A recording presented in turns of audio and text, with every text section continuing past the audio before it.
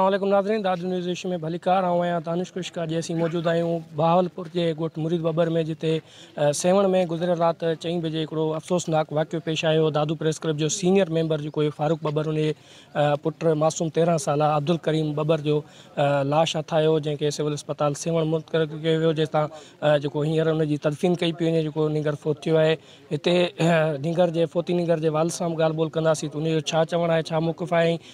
उते नीगर मदरसे में दीनी तालीम हासिल कंदो हुयो जिते रात इहो वाक़ियो आयो सेवण जो जेको आहे सो मदरसो हुयो जिते उहो 3 महीननि खां ज़ेर तालीम हुयो ऐं राति हुनजो कोठे तां किरियल लाश हथ आयो आहे जंहिंखे सेवण अस्पताल मुंतकिल कयो वियो जितां पोस्टमार्टम ऐं DNA जी रिपोर्ट बाद उहो जेको लाश हो वारसनि हवाले कयो वियो जेके खणाए हिते अबाणे ॻोठ मुरीद बबर में पहुता हुआ जिते हींअर असीं उते क़ब्रिस्तान में मौजूद आहियूं जेको फोती नौजवान नीगर जे अबाणो क़ब्रिस्तान आहे उते हुनखे मिटी मां हवाले कयो वियो आहे समय हाल नकिन सबबि ऐं हिते शहरियुनि समाजी वर्करनि हर मकतब फ़िक्र सां तालुक़ रखंदड़ सहाफ़िन सिविल सोसाइटी जे माण्हुनि वॾी तादाद में शिरकत कई आहे। उन्हनि सां बि ॻाल्हि ॿोल कंदासीं त हिन जेको गुजरात बणियल नौजवान जो क़त्ल आहे उनमें इन्हनि जो छा मौक़िफ़ आहे। कल्ह मूं 5 बजे 5:15 बजे अब्दुल करीम मुंहिंजो नंढड़ो जेको 13-14 साल जो आहे टोंडी ते दावत ते ॻोठ में आहे। कल्ह ॻोठां अची वियो शाम जो मां 5 बजे मानी बानी गॾु खाई मां वञी वेगन ते विहारियो आहे।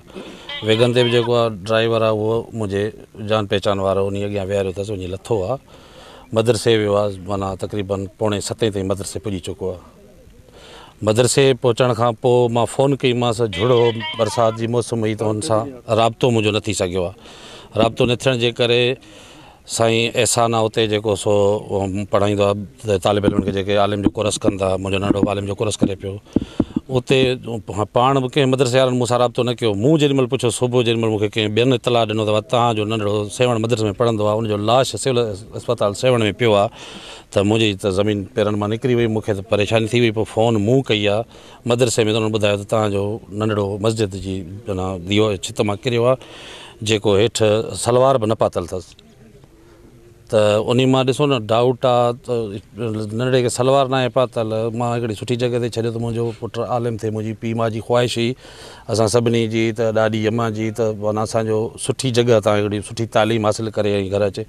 3 महीना थिया आहिनि जेको सो मदरसे में सुठी तालीम वठण लाइ छॾियो त 3 महीने में मूंखे मुंहिंजो नंढे लाश मिलियो आहे। सो बि माना उतां जेको सो किराए वियो आहे या हुनखे हिरासा कयो आहे या ज़बरदस्ती कुझु थियो आहे उन पंहिंजे बचाइण जे करे पाण खे मारियो आहे छा आहे या इन्वेस्टिगेशन थिए। मुंहिंजी अपील आहे जेका असां वज़ीर आला Sindh Syed Murad Ali Shah IG Sindh DIG Hyderabad SSP Jamshoro ऐं ॿियनि वसवारनि खे जेके त सही तहक़ीक़ करे जेको सही जेका रिज़ल्ट आहे उहा मिले त थियो छो छाजे करे थियो सलवार छो को नंढड़े पातल हुई।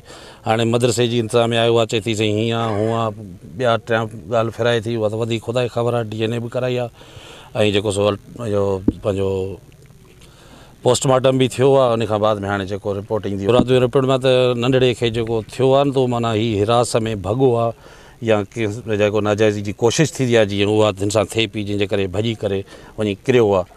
जेके सलवार न आहे पातल ऐं माना धक रड़ा साड़ा ॿिया अथसि जेके मेन मेजर जीअं ॼंगु भॻल अथसि ॿाहूं भॻल अथसि मथे में मेजर धक अथसि।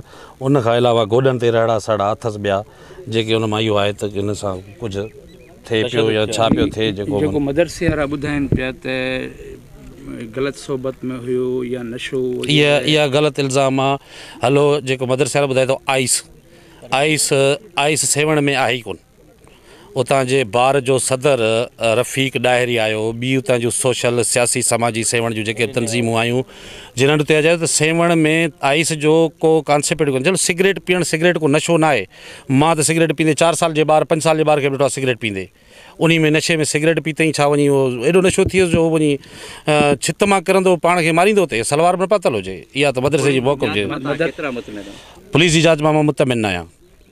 मुतालिबो इहो आहे त जेका असांजे जमायत इस्लामी दावत इस्लामी जा मदरसा आहिनि फ़ीज़ान मदीना उहे वॾा सोर्स बिल आहिनि पाकिस्तान पूरे में ताक़तवर नेटवर्क आहिनि जो थी सघे पुलिस प्रेशर में अची वञे। उतां जो जेको इस्पताल इंतिज़ामिया आहे सभु उन्हनि जे प्रेशर में अची करे जेका हुननि जा मौक़िफ़ उन्हनि खे इज़त ॾेई करे माना जेको मुंहिंजो नौजवान पुटु 13 सालनि जो लाश आहे मिलियो जेको माना जेको कपिड़ा न आहिनि उनखे त उहो त पोइ माना मूंसां नाइंसाफ़ी थींदी।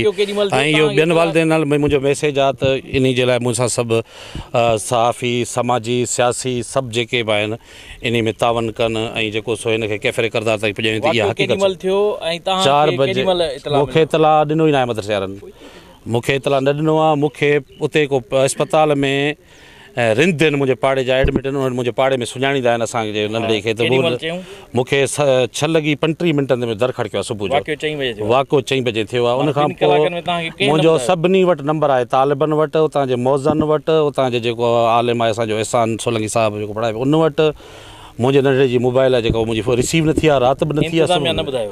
इंतिज़ामिया मूंखे न ॿुधायो आहे। उन मां तव्हांखे छा थो लॻे? हाणे इन मां ॾिस न वधीक तव्हां ॿुधायो त सलवार लथल अगरि छित तां ॿार किरे थो त छा में हो, छो किरियो, कहिड़े हिसाब सां किरियो, केरु आयो वियो आहे, छा थियो आहे, इहो त वधीक तहक़ीक़ थींदी। अलाह कंदो बेगुनाह मुंहिंजो पुटु नंढड़ो शहीद थियो आहे 13 सालनि जो। असांजी त माना दुनिया उजड़ी वई आहे, जेका इंशा ताला बेगुनाह उन्हनि जे गुनाहगार आहिनि जेके जवाबदार आहिनि, अलाह कंदो ज़ाहिर थींदा। मुंहिंजा 2 नंढड़ा माना हीअ त 3 नंढड़ा आहिनि, 3 नंढड़ियूं आहिनि। मूंखे घर में त कोराम मची वियो आहे सॼो, घरनि महिल सम्झो था दुनिया ई बिगड़ी वई आहे सॼी। जेसि ताईं अलाह कंदो सब्र असांखे बि ॾींदो ऐं जेको सो इंसाफ़ बि थींदो इंशा ताला। साईं फारूक खे बि वाक़ई ॾुख आहे, हिननि जो नंढड़ो हुयो, लेकिन असांजो बि क़िस्म जो नंढड़ो बि हुयो, असांजो भाउ बि हुयो। ऐं मां उन मदरसे जो प्रिंसिपल आहियां, लेकिन डे में मां छुटी ते मुंहिंजा MA जा पेपर हलनि पिया, हफ़्ते जी छुटी ते घर हली वियुमि। चऊं त साईं नशो कंदा हुआ, मूं वटि 3 महीना रहिया आहिनि, मां उन्हनि खे ॼाणा थो सुठे तरीक़े सां, अहिड़ी का ॻाल्हि न आहे, नशे वग़ैरह जी का अहिड़ी सूरत हाल न आहे। बाक़ी इहो आहे तहक़ीक़ात में असां साईं सां गॾु आहियूं। माण्हू अगरि अलाह न करे ज़्यादती वग़ैरह जेको मामिलो थियो आहे, जेको माण्हू मुलविस आहे, असां हथ मां पकिड़े करे उहो माण्हू ॾींदासीं। साईं यकीनन अब्दुल करीम जी जेकी मौत आहे, इन जे पोयां मुबहम जेको आहे सो इशारा मिलनि था त हिकु त इहो नेचुरल मौत न आहे, ऐं जेके ॻाल्हियूं साम्हूं आयूं आहिनि त उन में इहो ई लॻे थो त शायदि हुन सां जेको आहे सो अब्यूज़ बि करण जी कोशिशि कई वई आहे ऐं हुनखे ज़ोरी मथां धिको ॾिनो वियो आहे। असीं चाहियूं था त प्रॉपर अंदाज़ में सेवण पुलिस जेको आहे सो हिन मामले खे इन्वेस्टिगेट करे ऐं वालदेन जे तरफ़ां जेके बि तहफ़ुज़ात आहिनि उन्हनि सभिनी खे जेको आहे सो मद्देनज़र रखे जेको आहे इन्वेस्टिगेशन करणु खपे। ऐं मदरसे जे हवाले सां उतां जो जेको प्रॉपर मेंटेनेंस आहे, जेको रजिस्टर आहे, ऐं इवन उते जेके जेको आहे सो दावत जे हवाले सां जेके अचनि था तबलीग वारा, उन्हनि जो बि रिकॉर्ड जेकॾहिं मद्देनज़र रखंदे इनखे चेक कयूं त वधीक बहितर आहे। नंढी उमिरि जे ॿारनि सां जेके बि सिंध जे अंदरि ज़्यादतियूं थियनि थियूं, असीं उनजी शदीद लफ़्ज़नि में मुज़म्मत कयूं था ऐं हुकूमत सिंध खां, वज़ीर आला खां, IG सिंध खां मुतालबो कयूं था त हिन नंढड़े मासूम सां जेको कुझु बि थियो आहे उहो जेको आहे सो उन्हनि खे जेको आहे सो सरेआम जेको आहे ज़ाहिर कयो वञे ऐं हुन में मुलवस जेके बि जवाबदार आहिनि उन्हनि खे कैफ़रे किरदार पहुचाए वञे ऐं उनजे ख़िलाफ़ु क़ानूनी जेको आहे सो सख़्तु कार्रवाई कई वञे। उनखे 16 फ्रैक्चर लॻा पिया आहिनि, 16 धक आहिनि। 16 धकनि में हुतां जेको किरे थो त 1 2 3 धक लॻनि, ॿांह भॼे टंग भॼे, 16 धक आहिनि मथे में आहिनि, टंगुनि में आहिनि, ॿाहुनि में आहिनि, जिथे किथे। सलवार बि लथल आहे। सलवार छो लथी? सलवार त हुई कान, वरी हिननि ॿी पाराई आहे सलवार, ऐं हूअ सलवार किॾे वई, उहा वरी पोइ हुननि खई आहे अंदरि वाश। वाक़ियो कयो वियो आहे, पेश न आयो आहे, वाक़ियो कयो वियो आहे, ॼाणी वाणी कयो वियो आहे। 6 महीना अॻु में पढ़ंदड़ ख़ुशि थींदी खिलंदे खेॾंदे वियो आहे, पीउ छॾे आयो अथसि उते। जेको मदरसे जे इंतज़ार जे करे असांजे ॻोठ खां बहालपुर 3 किलोमीटर आहे, पंधु वियो आहे त मां मदरसे टाइम में वञा। उहो कीअं उते पाण खे ख़ुदकशी थो करे, जेको शौक़ु सां स्कूल वञे मदरसे वञे, उहो कीअं पाण खे मारींदो उते। हिन सां नाजाइज़ी कई वई आहे ऐं हिनखे मारियो वियो आहे। थी सघे हिनखे हेठि मारे पोइ मथां उछलियो वियो आहे। असांजी वज़ीर आज़म इमरान ख़ान खे, चीफ जस्टिस पाकिस्तान खे इल्तिजा आहे इंसाफ़ कयो वञे।